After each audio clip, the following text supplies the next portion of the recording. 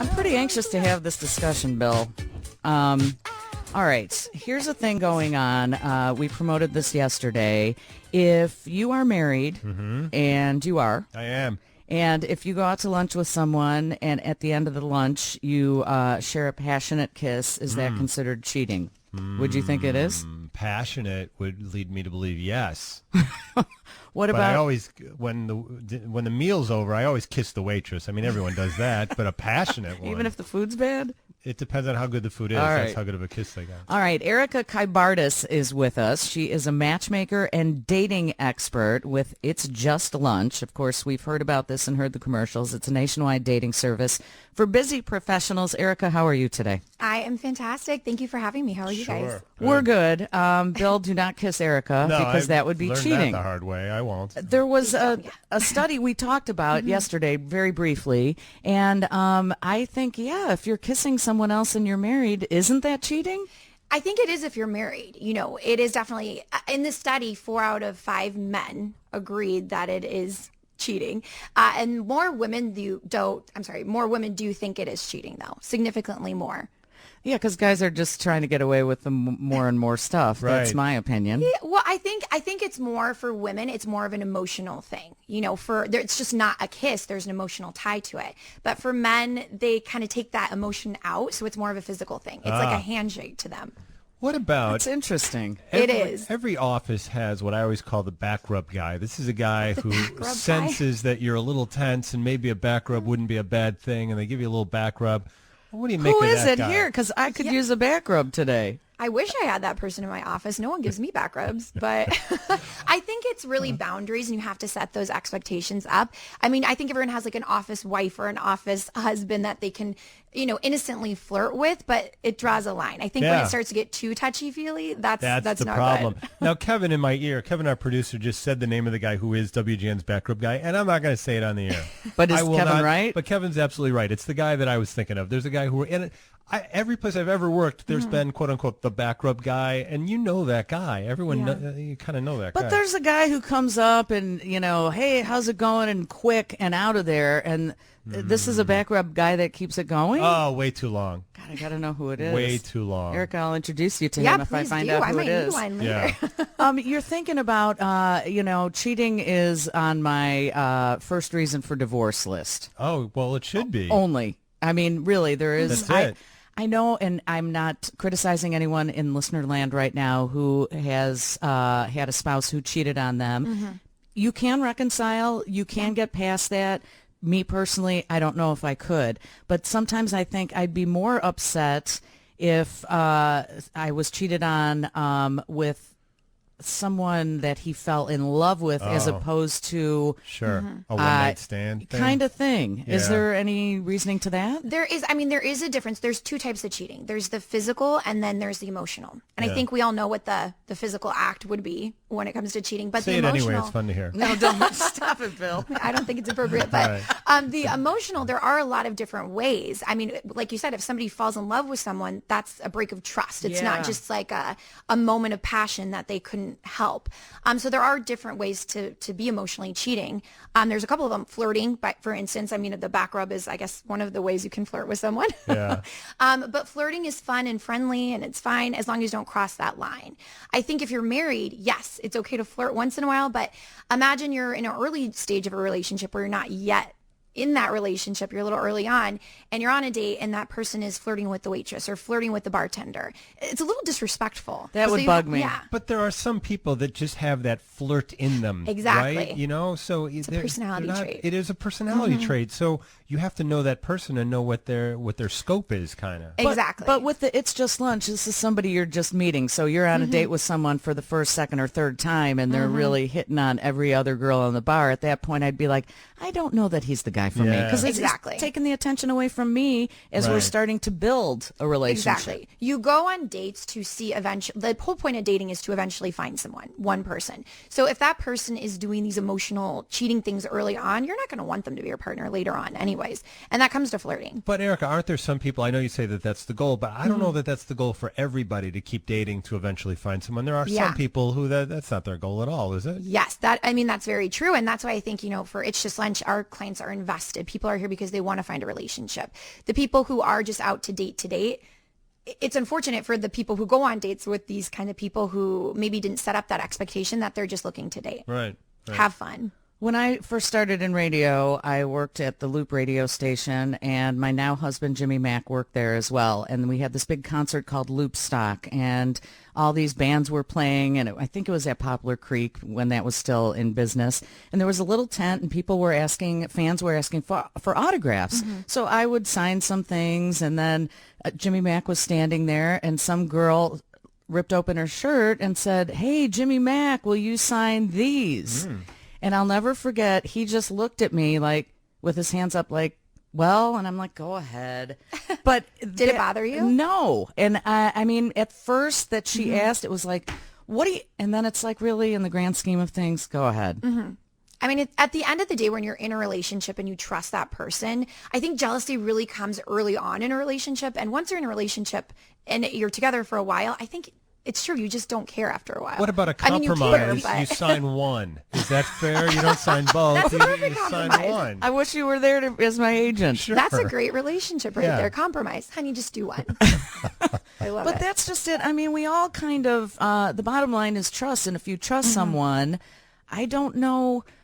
I mean, I guess there are certain people sometimes every once in a while that I get a little jealous. Like, wait a minute, you're showing her more attention than me. But it's not like I think he's going to leave me for that person. It's Exactly. like, I just want the attention. Yeah. And that's normal. I think that's normal in relationships. Like I said, I think early on in relationships, this is when the insecurities are really there because it's so uncertain. You haven't Sure. established, and that's why you have to set up clear expectations when you're early on in Yeah, dating. maybe just physically talk that out and figure out what the boundaries Exactly. are, right? Erika Kybertis is here. Am I saying the name right? Kybartis. Kybertis. How about the Erika part? Did I get that part Erika, right? I got perfect. half of it right. Right on. A matchmaker, a dating expert over at It's Just Lunch, and the website is itsjustlunchchicago.com. We'll pick this up next. What is and what is not cheating? It's Bill and Wendy on WGN. It's Bill F. It's Wendy Snyder on WGN, along with Erika Kybartis, a matchmaker and a dating expert with It's Just Lunch. You want to visit itsjustlunchchicago.com. We're trying to determine what is and what is not cheating. We're at 312-981-7200. You can call us or text us. The texts are rolling in. All right, here's a good text. Bottom line on infidelity, in my humble opinion, married or dating, anything you do, lunch, drinks, or tongue play, with someone that your partner does not know about, that's cheating.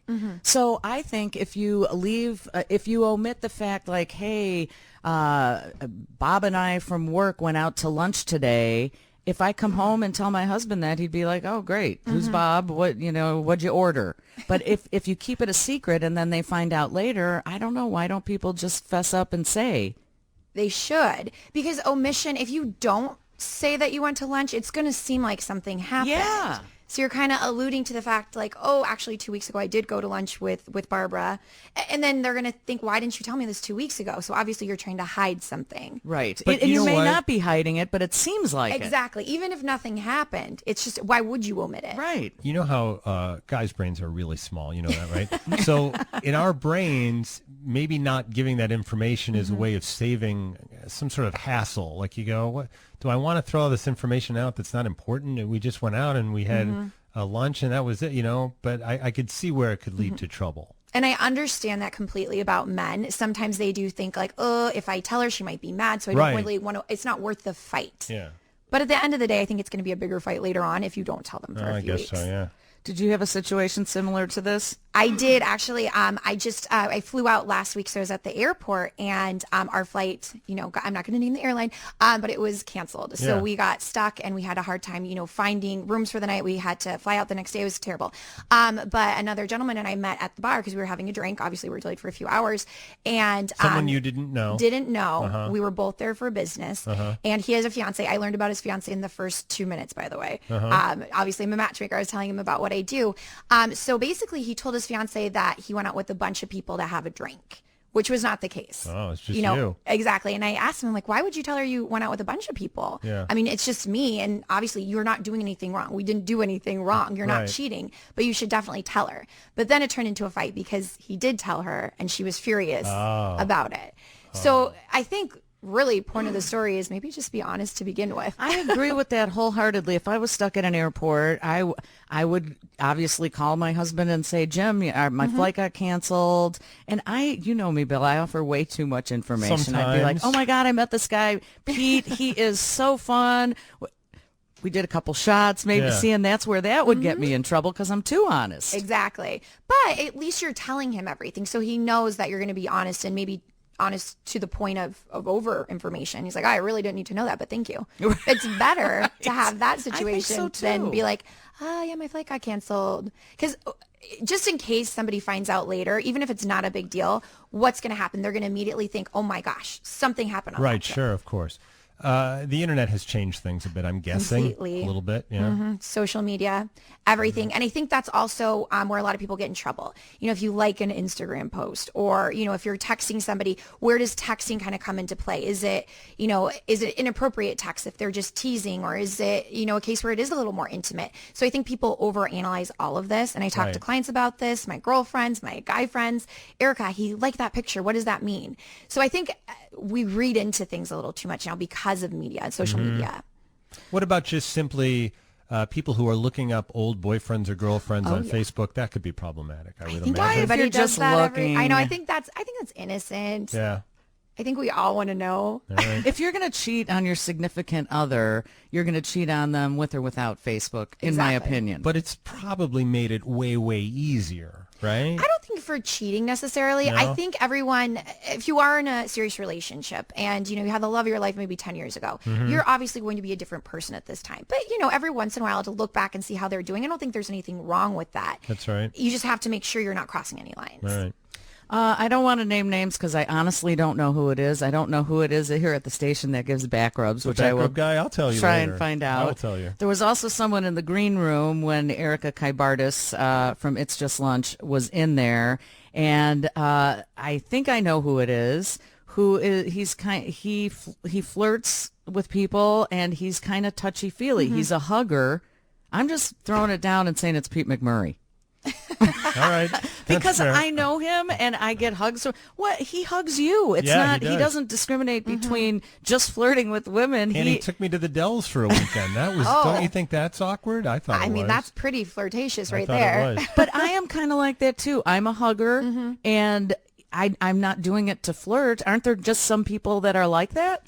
There are, and it kind of is with the personality traits too. Some people are just naturally flirtatious. Some people are naturally touchers. Some people don't like to be touched. So you have to know your partner. Right, You know, sure. early on, that might be an issue, and that might not be somebody you want to be with. You have to kind of evaluate if that's going to be a deal breaker for you or not.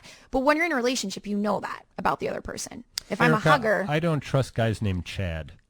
that's so funny. I just you know, don't. I know that seems weird, but I just It's really, don't. I've definitely dated a few Chads in my You day. know what I mean, So, right? You can't yeah, trust these guys. A Chad. It's Chad and Becky. Yeah, those are the two you cannot names. trust. You're absolutely Yeah, right. Yep. That's so funny. I'm with you all the way. All right. So Bill and I are married not to each other and have been for a long time. Kevin's married. Boy, we can say that now. Almost for a year. Wow. But for people Newlyweds. who are just out there who partake in the It's Just Lunch and they've met someone, what do you do if on the third date the person you're sitting across the table from is very flirtatious and giving other people more attention than you? Do you just kind of, after that one, go, yeah, I don't think that's a good mix? I would hope that people would. I think, you know, a lot of people have this fix-it mentality in dating. I think because of, you know, the movies and that perfect person, you know, Cinderella, you know, there's a perfect person for everyone. But the truth is we do have to make compromises in relationships. But you have to, you know, really look deep inside yourself and say, if this person isn't respecting me now, are they going to be when we're in a relationship? You can't change somebody. People You think you can, but you cannot, can't, no. right? You can change behaviors. Sure. You definitely can change behaviors, but you Not can't a core change of the core. person, no. Yeah, you can't change someone's personality. You know, I always use the example as like an introvert and an extrovert. You know, at It's Just Lunch, we're matching people on qualities, different kinds of qualities, and we really get to know them. So we're matching on so many things. So I 100% believe that introverts and extroverts are good matches. Right. But if you're an extrovert who wants to go out all the time and you want your partner to go out all the time and you thrive on that being social, you're not going to be able to change an introvert to do that every day. What about an introvert and a pervert? An introvert and a pervert. Yeah. Well, I Will mean, that those work? are two different. What's the one thing, like if two people have this separately, like one person goes one way and the other, that it just never works? Is it religion? Is it politics? Is it one's It a pet lover depends. and the other isn't? What is there? Sox or Cubs? Yeah, is that it? That's a big deal breaker. I really think it just depends on how willing you are to compromise. Some people are not. I say be open-minded when it comes to dating because everything else might. The problem is everybody wants a checklist to be all marked up, but it's Right. never going to be. But, there are some things that are a deal breaker. If you want to, if you really want to date someone of the same religion and that's how you want to raise your children, that's going to be what your focus is going to be on. You've been very helpful, Erika Kybardis, matchmaker and dating expert with It's Just Lunch. And if you're single and looking for someone, you can go to itsjustlunchchicago.com. Thanks for enlightening us. Well, thank you so much for having me.